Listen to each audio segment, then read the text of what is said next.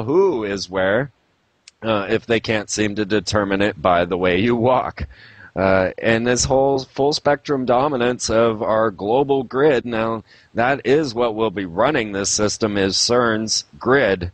And then, of course, there's also the power grid that is also going to be used in this spectrum, that all of those new light bulbs that you're putting into your house to save energy and save money are actually going to be turned against you. They will be able to be used to promote certain frequencies across this power grid that then alter your brain's frequencies. So as we start to look at this and we start to wonder, how can we escape this culture that has been created around us? And I wrote some of my thoughts down on how human culture could change in the next millennium as a result of conscious evolution.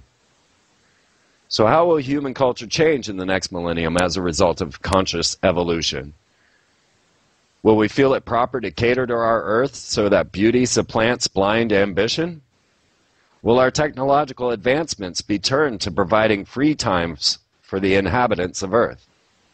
Can everyone participate in a giving and receiving interaction that perpetuates an exchange of information that becomes everyone's new work, our new economic orientation? We'd be paid by the people we touch. Our gifts should go to the people who have brought us spiritual truth. When people come into our lives at just the right moment to give us the answers we need, we should give them money. This is how we start to supplement our incomes and ease ourselves out of the current limiting system. And in this way, the people who are thinking and dreaming are given the ability to bring these to fruition. As more people engage in the spiritual economy, we will begin a real shift into a culture that provides the beauty and potential to lift mankind's economic orientation. As we discover the energy dynamics of the universe, principles come forth to support that giving creates receiving. That's quite the opposite of what we think now. This knowledge will create a critical mass that will push this evolution, which will be a dramatic movement of individuals from one occupation to another, creating the power for others. Through giving will open those souls to fulfill their potential and direct the course of reality to heights of intuition that raises everyone's abilities, accelerating the pace of our evolution to that divine place we all hold in our hearts.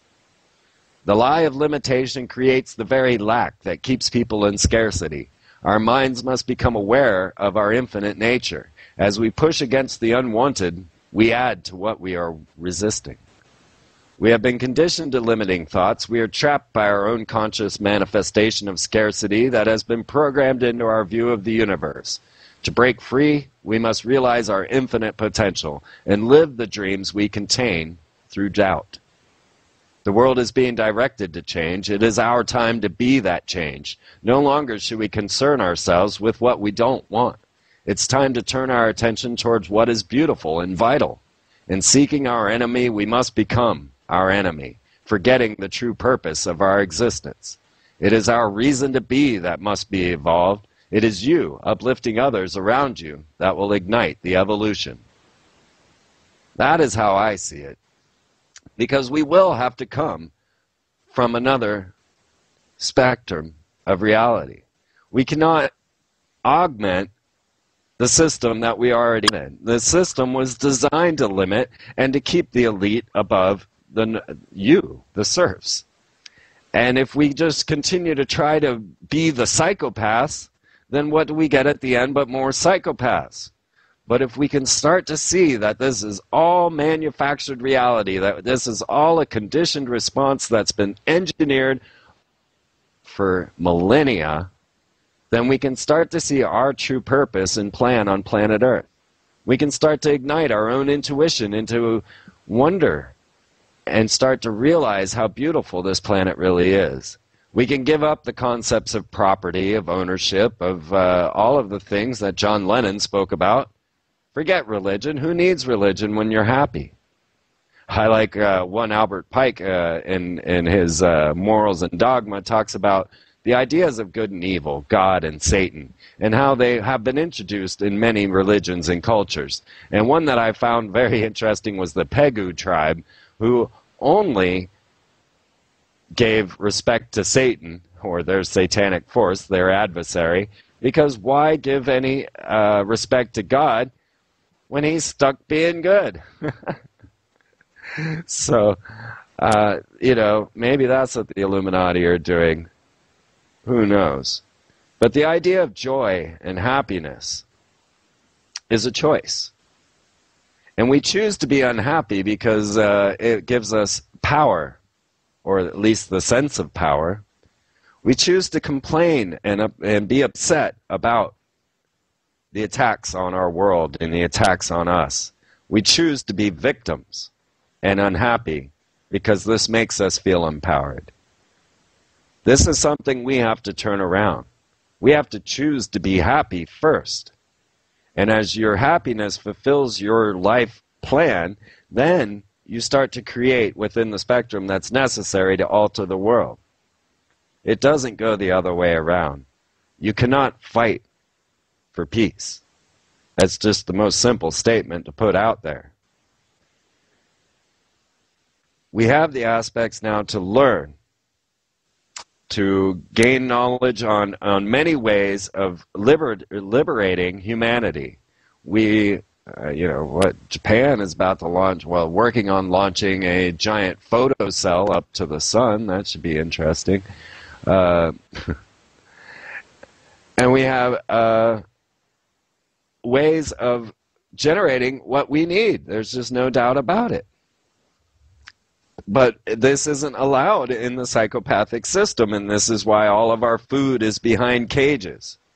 So how we begin to change this system is to support those that bring you bliss, to support those that have stepped into your life and brought you intuition, brought you messages that you think you needed.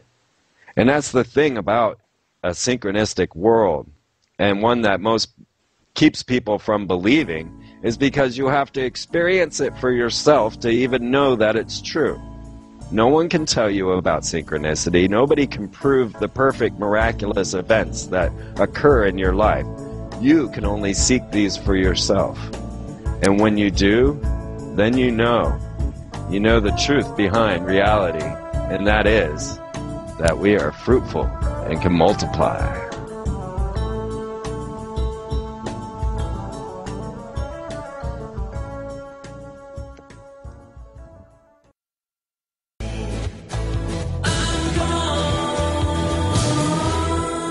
So, do we have liberty and freedom, or are we a slave race, as they're saying in the chat room? Yes, we're a slave race. There's no doubt about it. No one's ever had more control over our minds as we enter into the 1984 just dominance. Yeah, there's no doubt about it. We're slaves to these money masters. We're slaves to the corporate monstrosities. And we don't even know it. We live in a cage without bars, and we make sure to police everyone else along the way, saying, hey, if I gotta suffer, you gotta suffer. And that's what just keeps it going.